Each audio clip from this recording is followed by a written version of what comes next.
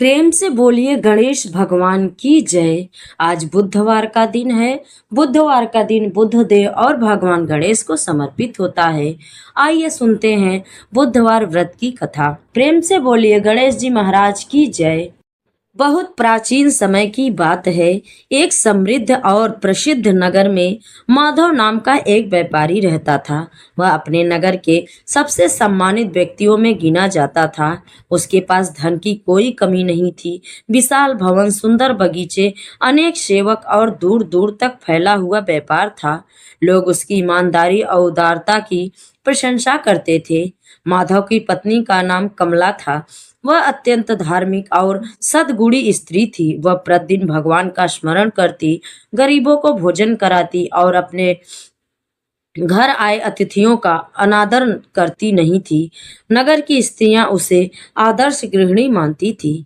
उसके पास संसार की लगभग हर सुख सुविधा थी, फिर भी उनके जीवन में एक गहरा दुख था। विवाह के कई वर्षों बाद भी उन्हें संतान प्राप्ति नहीं हुई। जब भी वे किसी के घर बच्चे की हंसी सुनते, उनका मन उदास हो जाता।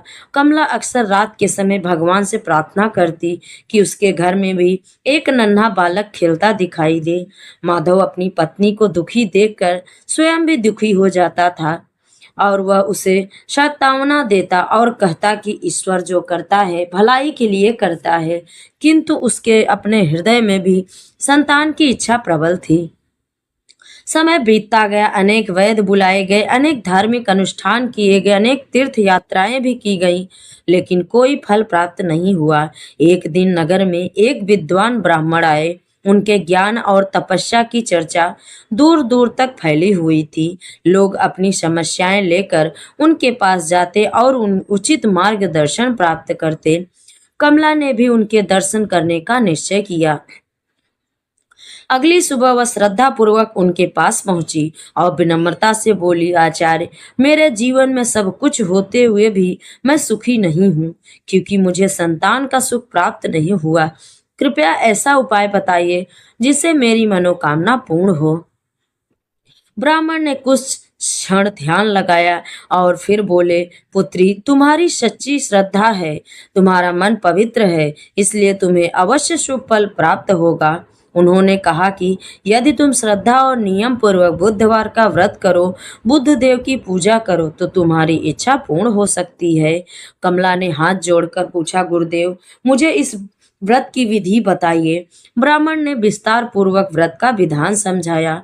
उन्होंने कहा, प्रत्येक बुधवार प्रातः काल स्नान करके स्वच्छ हरे रंग के वस्त्र धारण करना, बुद्ध देव का स्मरण करना, हरे फल और हरे पुष्प अर्पित करना, दिन भर संयम और सदाचार का पालन करना। कमला ने उसी क्षण संकल्प लिया कि वह पूरी श्रद्धा से बुधवार व्रत करेगी। अगले बुधवार से उसने व्रत आरंभ कर दिया। प्रातःकाल सूर्योदय से पहले उठना, स्नान करना, पूजा करना और बुद्ध देव के मंत्रों का जाप करना उसकी दिनचर्या बन गई। वह न केवल व्रत रखती बल्कि अपने व्यवहार में भी अधिक विनम्रता और करुणा लाने लगी। नगर के गरीब लोगों को भोजन कराना, बीमारों की सहायता करना और जरूरतमंदों को वस्त्र देना उसने अपना नियम बना लिया। माधव भी अपनी पत्नी की श्रद्धा देखकर प्रसन्न होता और उसके धार्मिक कार्यों में सहयोग देता। एक बुधवार जब कमला पूजा कर रही थी, तब उसके मन में अद्भुत शांति का अनुभव हुआ। उसे ऐसा लगा मानो कोई दिव्य शक्ति उसकी प्रार्थना सुन रही हो। समय धीरे धीरे आगे बढ़ता गया। कई महीने बीत गए। एक दिन कमला को अनुभव हुआ कि उसकी मनोकामना पूर्ण होने वाली है। कुछ समय पश्चात उसके घर एक सुंदर और स्वस्थ पुत्र का जन्म हुआ। पूरा घर आनंद से भर गया। माधव की खुशी का ठिकाना नहीं रहा। नगर के लोगों ने भी इस समाचार को उत्सव की तरह मनाया। माधव ने गरीबों में अन्न, वस्त्र सबको दिया, मंदिरों में दान दिया। चारों ओर प्रसन्नता का वातावरण था। कमला ने अपने पुत्र को बुद्ध देव का प्रसाद मानकर उसका नाम सोमेश रखा। सोमेश बचपन से ही अत्यंत बुद्धिमान और विनम्र था। उसकी वाणी मधुर और उसका स्वभाव सभी को प्रिय लगता था। जैसे जैसे वह बड़ा हुआ, उसकी प्रतिभा और भी स्पष्ट होने लगी। वह शिक्षा में निपुण था और अपने माता पिता का आज्ञाकारी पुत्र था। माधव और कमला उसे देखकर बार बार बुद्ध देव का धन्यवाद करते। उन्हें विश्वास था कि यह पुत्र उन्हें बुद्ध व्रत के पूर्ण से प्राप्त हुआ है। वर्षों बीतते गए। सोमेश अब युवा हो चुका था। उसका व्यक्तित्व आकर्षण था और उसकी बुद्धिमत्ता की चर्चा दूर दूर तक होने लगी। तब माधव और कमला ने उसके विवाह के बारे में विचार करना आरंभ किया। उन्होंने एक प्रतिष्ठित परिवार की सुशील और सुंदर कन्या मिली जिसका नाम रमा था। रमा धार्मिक विचारों वाली और अत्यंत संस्कारी कन्या थी। दोनों परिवारों ने सहमति प्रकट की और शुभ मुहूर्त में विवाह संपन्न हुआ। विवाह अत्यंत धूमधाम से हुआ। नगर के लोगों ने इस अवसर पर अनेक शुभकामनाएं दी। विवाह के पश्चात कुछ दिन तक रमा अपने मायके में रही। फिर वह समय आया जब सोमेश उसे विदा कराकर अपने घर लाने वाला था। संयोग से जिस दिन विदाई निर्धारित हुई वह बुधवार का दिन था। यहीं से उस अद्भुत घटना का आरंभ हुआ जिसने सोमेश के जीवन की दिशा बदल दी। जब रमा की विदाई का दिन आया तब उसके माता पिता ने बड़े प्रेम और आदर के साथ अपनी पुत्री को विदा करने की तैयारी की। घर में भावुक वातावरण था। एक ओर बेटी के नए जीवन की खुशी थी तो दूसरी ओर उससे बिछड़ने का दुख भी था। सुबह से ही रिश्तेदार और पड़ोसी घर पर एकत्र होने लगे। सभी रमा को आशीर्वाद दे रहे थे। रमा भी विनम्रता से सबके चरण स्पर्श कर रही थी। उधर सोमेश अपनी पत्नी को लेकर अपने नगर लौटने के लिए उत्सुक था। उसने यात्रा की सारी तैयारी कर ली थी। घोड़ा गाड़ी सजावट की गई और साथ में कुछ सेवक भी चलने वाले थे। जब विदा का समय निकट आया तब परिवार के एक वृद्ध सदस्य ने सोमेश से कहा कि आज बुधवार है। परंपरा के अनुसार बुधवार के दिन नई नवेली वधू को ससुराल ले जाना उचित नहीं माना जाता। यदि संभव हो तो एक दिन और रुक जाओ और कल प्रस्थान करना। सोमेश ने विनम्रता से उसकी बात सुनी लेकिन उसके मन में घर लौटने की जल्दी थी। उसने कहा कि मैं इन बातों को केवल अंधविश्वास मानता हूँ। यदि हमारा मन सच्चा है तो किसी दिन से क्या अंतर पड़ता है। मैं आज ही यात्रा करूंगा। वृद्ध ने फिर समझाया कि बेटा यह केवल अंधविश्वास नहीं बल्कि हमारे पूर्वजों का अनुभव है। कई बार कुछ नियमों के पीछे गहरे आध्यात्मिक कारण होते हैं। सावधानी रखने में कोई हानि नहीं है। लेकिन युवा होने के कारण सोमेश को अपनी बुद्धि पर बहुत विश्वास था। उसने फिर वही उत्तर दिया और यात्रा का निर्णय किया। सोमेश्वर और रमा की यात्रा आगे बढ़ती रही। मार्ग में सुंदर वन, हरे भरे खेत और छोटे छोटे गांव आते रहे। सुबह का समय बीत चुका था और सूर्य धीरे धीरे आकाश में ऊपर चल रहा था। कुछ दूर तक यात्रा सुखपूर्वक चलती रही। सोमेश अपने घर पहुंचने की योजनाओं के बारे में रमा से बातें कर रहा था। वह उसने अपने नगर, अपने घर को, अपने माता पिता के बारे में बता रहा था। रमा भी प्रसन्नता से उसकी बातें सुन रही थी। दोपहर होने लगी। सूर्य की किरणें तीव्र हो गई। गर्मी बढ़ने लगी और लंबे सफर के कारण सभी थकने लगे। एक स्थान पर उन्हें एक विशाल पीपल का वृक्ष दिखाई दिया जिनके पास एक छोटा सा सरोवर था। वहां ठंडी छाया थी और पानी भी था। सोमेश ने कहा कि कुछ समय विश्राम कर लेते हैं। सभी लोग वृक्ष की छाया में बैठ गए। घोड़े को भी आराम दिया गया। यात्रा की थकान कुछ कम होने लगी। इसी बीच सोमेश को प्यास लगी। उसने रमा से कहा कि तुम यहीं बैठो, मैं सरोवर से पानी लेकर आता हूँ। रमा ने सिर हिलाकर कहा ठीक है। सोमेश जल लेने के लिए सरोवर की ओर चल गया। सरोवर का पानी अत्यंत स्वच्छ था। उसने हाथ मुंह धोया और जल पीकर ताजगी अनुभव की। फिर वह अपने साथ पानी भरकर वापस लौटने लगा। जैसे ही वह वृक्ष के पास पहुंचा उसकी आंखें आश्चर्य से फैल गई। उसने देखा कि रमा के साथ एक युवक बैठा है। वह युवक बिल्कुल उसी के समान दिखाई देता है। उसका चेहरा वही था, उसकी वेशभूषा वही थी, उसकी आवाज वही थी, यहाँ तक कि उसके चलने बैठने का ढंग भी सोमेश जैसा ही था। कुछ क्षण के लिए सोमेश को लगा कि शायद वह कोई स्वप्न देख रहा है। उसने अपनी आंखें मलकर फिर देखा, दृश्य वही था। रमा भी अत्यंत आश्चर्य में थी। वह समझ नहीं पा रही थी कि उसके सामने बैठे दोनों व्यक्तियों में से उसका वास्तविक पति कौन है। सोमेश क्रोधित होकर आगे बढ़ा और बोला, तुम कौन हो और मेरी पत्नी के पास क्यों बैठे हो? दूसरा युवक शांत स्वर में बोला, यह प्रश्न तो मुझे तुमसे पूछना चाहिए, मैं ही इसका पति हूँ। तुम कौन हो जो हमारे बीच आने का प्रयास कर रहे हो? यह सुनकर सोमेश को क्रोध बढ़ गया। उसने कहा, मैं सोमेश हूँ, अभी कुछ ही देर पहले पानी लेने गया, यह मेरी पत्नी रमा है। दूसरा युवक हंसते हुए बोला, नहीं, मैं सोमेश हूँ, मैं कहीं नहीं गया था, तुम अवश्य कोई धोखेबाज हो। दोनों के बीच विवाद आरंभ हो गया। रमा भयभीत हो गई।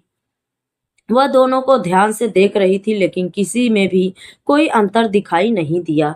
दोनों की आवाज एक जैसी थी, दोनों का रूप एक जैसा था, दोनों अपने बारे में एक जैसी बातें कर रहे थे। यह देखकर सेवक भी भ्रमित हो गए। वे वर्षों से सोमेश को जानते थे, लेकिन उस समय वो भी यह नहीं पहचान पा रहे थे कि वास्तविक सोमेश कौन है। धीरे धीरे वहां आसपास के कुछ यात्री भी एकत्र हो गए। सभी लोग आश्चर्य से इस विचित्र घटना को देख रहे थे। एक वृद्ध यात्री ने दोनों से अलग अलग प्रश्न पूछे। दोनों ने समान उत्तर दिए। दूसरे व्यक्ति ने भी माधव और कमला का नाम सही बताया। उसने घर का पूरा विवरण दिया, वैसा ही दिया जैसे वास्तविक सोमेश जानता था। अब तो सभी और अधिक उलझ गए। रमा की आंखों में आंसू आ गए। वह मन ही मन बुद्ध देव का स्मरण करने लगी। उसे अपने विदाई के समय बुजुर्गों की कही हुई बात याद आने लगी। उधर अवास्तविक सोमेश्वर भी धीरे धीरे चिंतित होने लगा। उसे समझ नहीं आ रहा था यह रहस्य क्या है। वह सोचने लगा कि कहीं यह किसी दिव्य शक्ति की लीला तो नहीं। अचानक उसे वह वृद्ध व्यक्ति याद आया जिसने बुधवार के दिन यात्रा करने की सलाह दी थी। उसने मन में पहली बार अपनी भूल का आभास हुआ। उसने सोचा कि शायद मैंने बड़े लोगों की बात को हल्के में ले लिया, शायद मेरे अहंकार ने मुझे सत्य से दूर कर दिया। लेकिन अभी भी समस्या का समाधान सामने नहीं था। दोनों युवक आमने सामने खड़े थे। भीड़ बढ़ती जा रही थी, कोई निर्णय नहीं हो पा रहा था। तभी वातावरण में एक अद्भुत परिवर्तन होने लगा। आकाश में हल्की चमक दिखाई दी, वायु मंद गति से बहने लगी। सभी लोगों का ध्यान ऊपर की ओर गया और तभी एक दिव्य घटना घटी जिसने वहां उपस्थित प्रत्येक व्यक्ति को विस्मित कर दिया। आकाश में दिखाई देने वाली वह अद्भुत चमक धीरे धीरे और अधिक तेज होने लगी। वहां उपस्थित सभी लोग आश्चर्य से ऊपर देखने लगे। कुछ क्षण पहले तक जो स्थान सामान्य दिखाई दे रहा था, अब उसके चारों ओर एक अलौकिक वातावरण बन गया। मंद मंद सुगंधित वायु बहने लगी। वृक्षों की पत्तियां बिना किसी कारण के हिलने लगी। पक्षी जो अभी तक चहचहा रहे थे, अचानक शांत हो गए। ऐसा प्रतीत हो रहा था मानो प्रकृति स्वयं किसी दिव्य घटना की साक्षी बनने की तैयारी कर रही है। सोमेश्वर का हृदय तेजी से बढ़ने लगा। वह समझ गया कि यह कोई साधारण घटना नहीं है। भीड़ में खड़े लोग भय और आश्चर्य से एक दूसरे का मुख देखने लगे। तभी आकाश से गंभीर और मधुर स्वर सुनाई दिया। वह स्वर इतना प्रभावशाली था कि वहां उपस्थित प्रत्येक व्यक्ति श्रद्धा से सिर झुकाने लगे। आकाश से आकाशवाणी हुई, हे मनुष्य, यह जो कुछ तुम देख रहे हो वह किसी साधारण व्यक्ति का छल नहीं है। वह उस अहंकार का परिणाम है जो मनुष्य को अपनी बुद्धि पर अत्यधिक गर्व करने के कारण प्राप्त होता है। यह सुनकर सोमेश्वर का शरीर कांप उठा। आकाशवाणी फिर से हुई, हे सोमेश्वर, तुम्हें तुम्हारे बड़ों ने बुधवार के दिन यात्रा न करने की सलाह दी थी। उन्होंने तुम्हें सावधान किया था, किंतु तुमने अपनी बुद्धि को सबसे बड़ा मानकर उनकी बात को अस्वीकार कर दिया। तुमने परंपरा और श्रद्धा का उपहास किया है। तुम्हें यह अनुभव कराने के लिए यह लीला रची गई है। सभी लोग ध्यानपूर्वक यह वाणी सुन रहे थे। अब सोमेश्वर को अपनी भूल स्पष्ट दिखाई देने लगी। उसकी आंखों में पश्चाताप के आंसू भर आए। वह हाथ जोड़कर खड़ा हो गया। उधर दूसरा युवक अभी भी उसी प्रकार खड़ा था जैसे कोई जीवित मनुष्य हो। आकाशवाणी से फिर सुनाई दी, मनुष्य को अपनी बुद्धि का उपयोग अवश्य करना चाहिए, किंतु उसे विनम्रता भी नहीं छोड़नी चाहिए। जब बुद्धि के साथ अहंकार जुड़ जाता है, तब वह मनुष्य को भ्रम में डाल देती है। यह सुनकर सोमेश्वर का सिर और झुक गया और वह पूरी तरह समझ चुका था कि उससे गंभीर भूल हुई है। वह भूमि पर बैठ गया और हाथ जोड़कर बोला, हे देव, मैं अपनी गलती स्वीकार करता हूँ। मैं बड़ों की बात का सम्मान नहीं किया। मैंने अपने ज्ञान पर गर्व किया। मुझे क्षमा करिए, मैं भविष्य में कभी अहंकार नहीं करूँगा। उसकी वाणी में सच्चा पश्चाताप था। रमा की आंखों से भी आंसू बह रहे थे। वह भी श्रद्धा से हाथ जोड़कर खड़ी थी। तब आकाश में प्रकाश और अधिक प्रबल हो गया। कुछ क्षणों के लिए ऐसा लगा मानो पूरा वातावरण हरित आभा से भर गया हो। वहां उपस्थित लोगों ने अनुभव किया कि कोई दिव्य शक्ति निकट है। फिर आकाशवाणी हुई, हे सोमेश, सच्चे हृदय से किया गया पश्चाताप देवताओं को भी प्रसन्न कर देता है। तुमने अपनी भूल स्वीकार की है, तुम्हें क्षमा प्रदान की जाती है। इतना सुनते ही सभी लोगों ने आश्चर्य से देखा कि दूसरा युवक धीरे धीरे प्रकाश में परिवर्तित होने लगा। उसका शरीर चमकने लगा, फिर वह प्रकाश की एक किरण बनकर आकाश में विलीन हो गया। कुछ ही क्षणों में वह पूरी तरह अदृश्य हो गया। अब वह कहाँ केवल वास्तविक सोमेश ही खड़ा था। भीड़ में उपस्थित लोग विस्मय से यह दृश्य देखते रह गए। कई लोगों ने श्रद्धा से भूमि पर सिर झुका दिया। सब समझ चुके थे यह बुद्ध देव की दिव्य लीला थी। सोमेश की आंखों से आंसू बह रहे थे। उसने मन ही मन बुद्ध देव का स्मरण किया और उन्हें बारंबार प्रणाम किया। रमा भी अत्यंत प्रसन्न थी। उसका भय समाप्त हुआ। सेवकों ने राहत की सांस ली। कुछ देर पहले जो प्रस्थान भ्रम और चिंता से भरा हुआ था, अब वहां शांति और श्रद्धा का वातावरण हो गया। उसके बाद सोमेश्वर ने संकल्प करते हुए उसके मन का सारा भय समाप्त हो गया। कुछ समय पश्चात विश्राम करने के बाद सब यात्रा के लिए तैयार हो गए।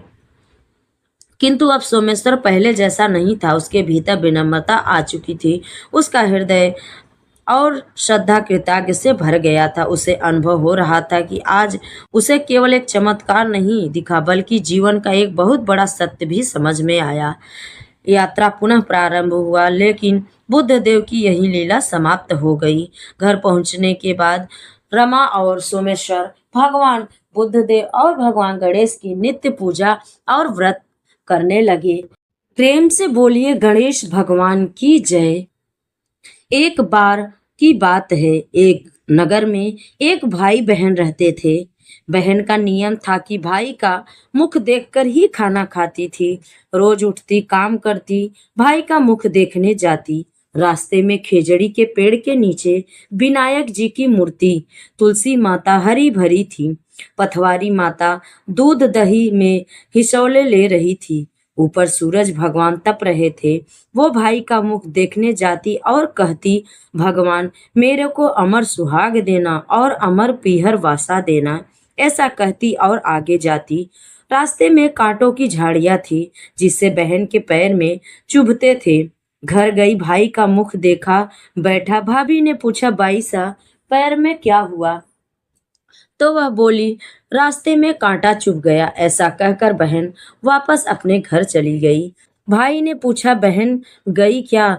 तो उसकी पत्नी ने कहा, बाईसा गई, उनके पाँव में कांटा चुभ गया था। भाई ने सोचा, मेरी बहन आती है तब उसके कांटे चुभते हैं, इसलिए भाई ने अपने घर से बहन के घर तक का रास्ता साफ कर दिया। गणेश जी भगवान, पथवारी माता, तुलसी माता को साफ कर दिया, जिससे भगवान रुष्ट हो गए और उसे वही सोता रख दिया।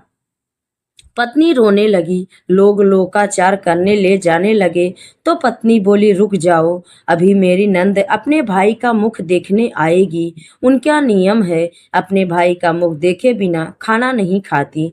कुछ लोग बोले, आज तो मुख देख लेगी, कल क्या करेगी? एक बुजुर्ग बोले, थोड़ी देर और ठहर जाओ। बहन रोज की तरह भाई का मुख देखने निकली। तब रास्ता साफ किया हुआ देखा तो वापस खेजड़ी की डाली लगाई, 7 पत्थर लेके पथवारी माता बैठाई, तुलसी माता का पेड़ लगाया, गणेश जी भगवान की मूर्ति स्थापित कर, सूरज भगवान को साक्षी मानकर सबके पांव पकड़कर बोली, भगवान अमर सुहाग देना, अमर पीहर वासा देना। इतना कहकर वो आगे चली। खेजड़ी, विनायक जी भगवान, तुलसी माता, पथवारी माता, सूरज भगवान ने सोचा, इसकी नहीं सुनी तो अपने को कौन मानेगा। भगवान ने उसे आवाज दी, बेटी वापस आकर खेजड़ी की 7 पत्तियां लेकर जा, तेरे भाई के कच्चे दूध में घोलकर छींटे देना, वो उठकर बैठ जाएगा। बहन ने पीछे मुड़कर देखा, वहां कोई नहीं था, पर उसने सोचा, जुना जैसा सुना है वैसा कर लेती हूँ। खेजड़ी के 7 पत्ती लेकर वो भाई के घर पहुंची। देखी भाभी रो रही है, लोग बैठे हैं, भाई की लाश रखी है। वो घर में गई, खेजड़ी की पत्तियों को कच्चे दूध में घोलकर भाई के छींटा लगाया। भाई उठकर बैठ गया और बहन से बोला, बहुत ही गहरी नींद आई है। बहन बोली, ऐसे नींद दुश्मन को भी ना आए। भैया तुमने रास्ता साफ क्यों किया, भगवान के स्थान क्यों उठाए। अब मैं वापस उन्हें ऊंचे में बैठा कर आई हूँ। तब भगवान ने मेरी श्रद्धा भक्ति से प्रसन्न होकर अमर सुहाग अमर पीहर वासा दिया। हे भगवान, जैसे मेरी लाज रखी वैसी सबकी लाज रखना, अमर सुहाग अमर पीहर वासा देना। जय बोलो विनायक जी, पथवारी माता की, तुलसी माता, खेजड़ी माता की, भगवान सूरज की जय। तो ये थी आज बुधवार की कथा। आप सभी को कथा अच्छी लगे तो लाइक शेयर और चैनल को सब्सक्राइब जरूर करें। कमेंट में जय बुद्धदेव और जय गणेश भगवान की जरूर लिखें। जय गणपति बप्पा।